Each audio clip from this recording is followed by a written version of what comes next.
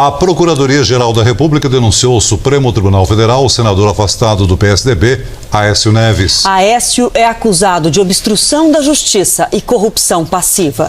O Procurador-Geral da República, Rodrigo Janot, afirma que Aécio Neves e a irmã Andréia pediram R$2 milhões. O Ministério Público afirma que a quantia foi pedida ao empresário Joesley Batista, dono da holding JF, que já tinha histórico de pagamentos de vantagens indevidas a Aécio. O pagamento teria sido feito em 4 parcelas de R$500 mil.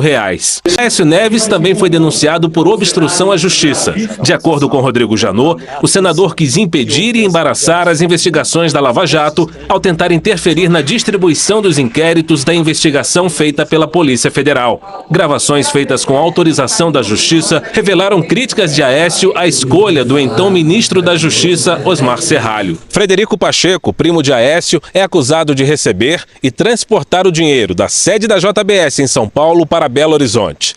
3 foram denunciados por corrupção passiva e estão presos. Ladrão!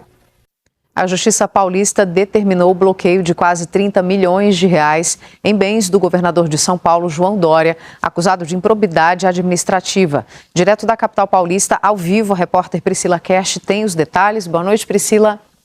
Oi, Catiúcia, boa noite para você e para todos. A decisão tem caráter liminar e se refere a um processo movido pelo Ministério Público Estadual em 2018, época em que Dória foi prefeito de São Paulo.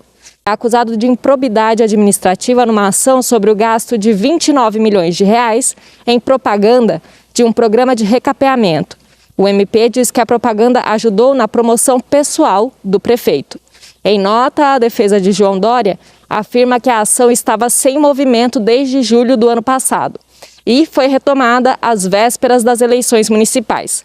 Acrescenta que discorda da decisão da Justiça e que vai recorrer para reverter a decisão.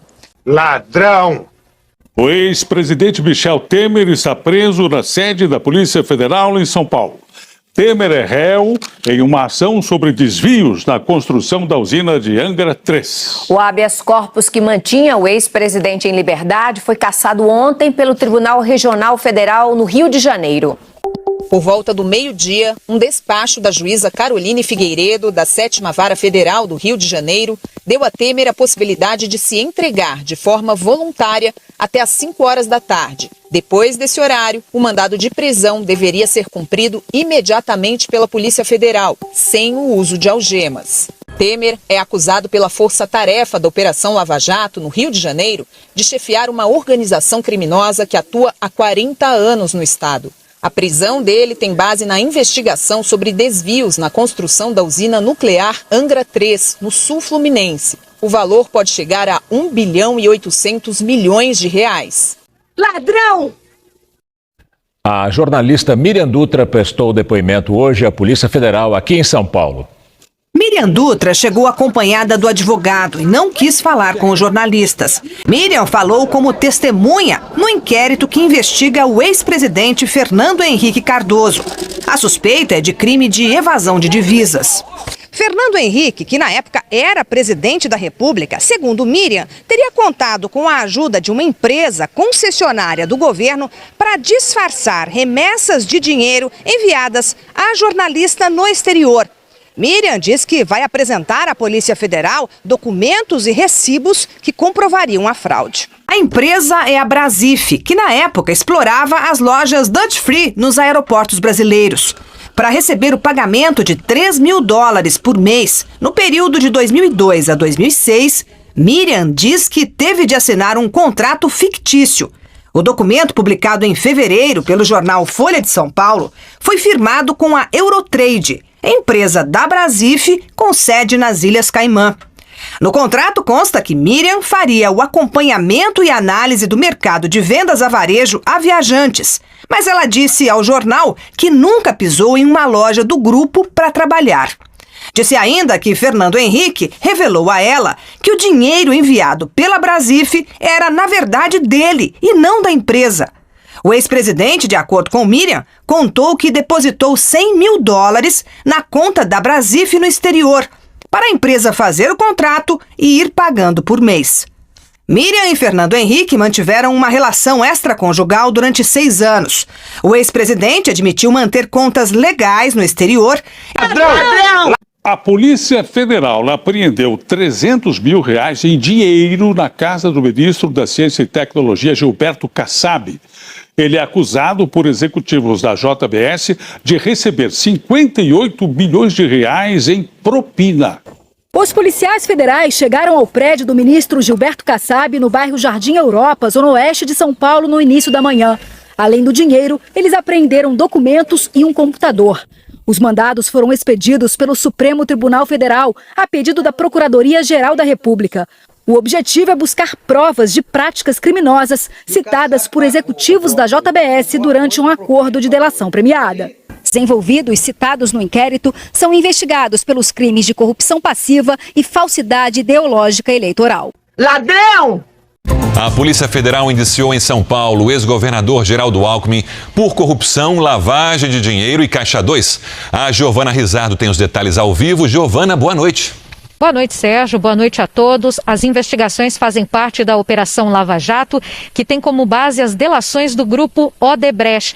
Além de Geraldo Alckmin, o ex-assessor da Secretaria de Planejamento, Sebastião Eduardo Alves de Castro, e também o ex-tesoureiro de campanha, Marcos Monteiro, foram indiciados. Os policiais também tiveram acesso aos e-mails da empreiteira, ligações telefônicas, conversas pelo celular e documentos que indicariam a prática de cartel no metrô de São Paulo e no Rodoanel.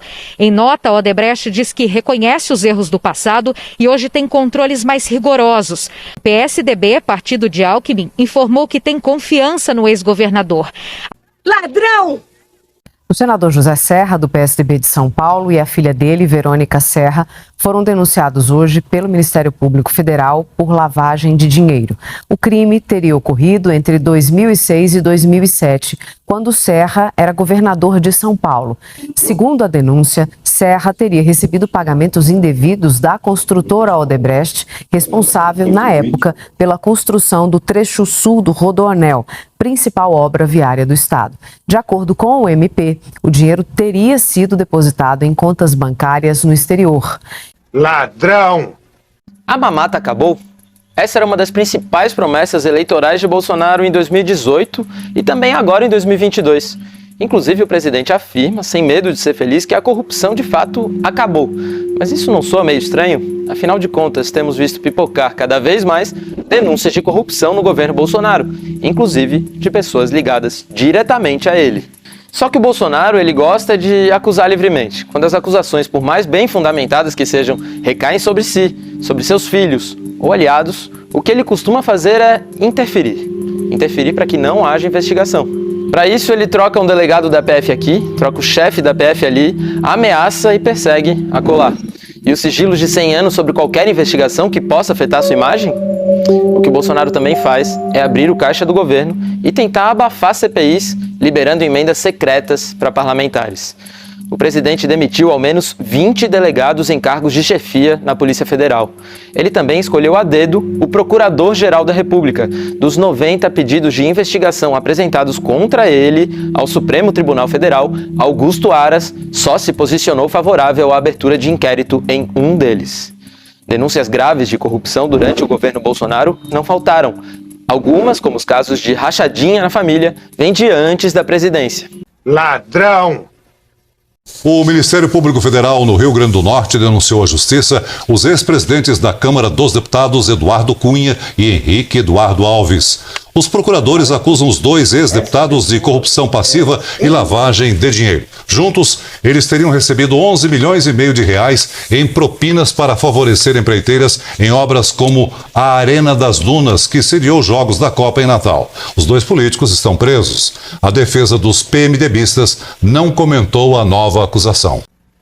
Ladrão! O ex-prefeito de São Paulo, Paulo Maluf, devolveu 150 milhões de reais aos cofres da cidade. O dinheiro foi pago pela Eucatex, que é a empresa da família Maluf, e pelo banco BTG Pactual. O acordo faz parte de uma ação contra o ex-prefeito por desvio de dinheiro nas obras de uma avenida e de um túnel na zona sul de São Paulo.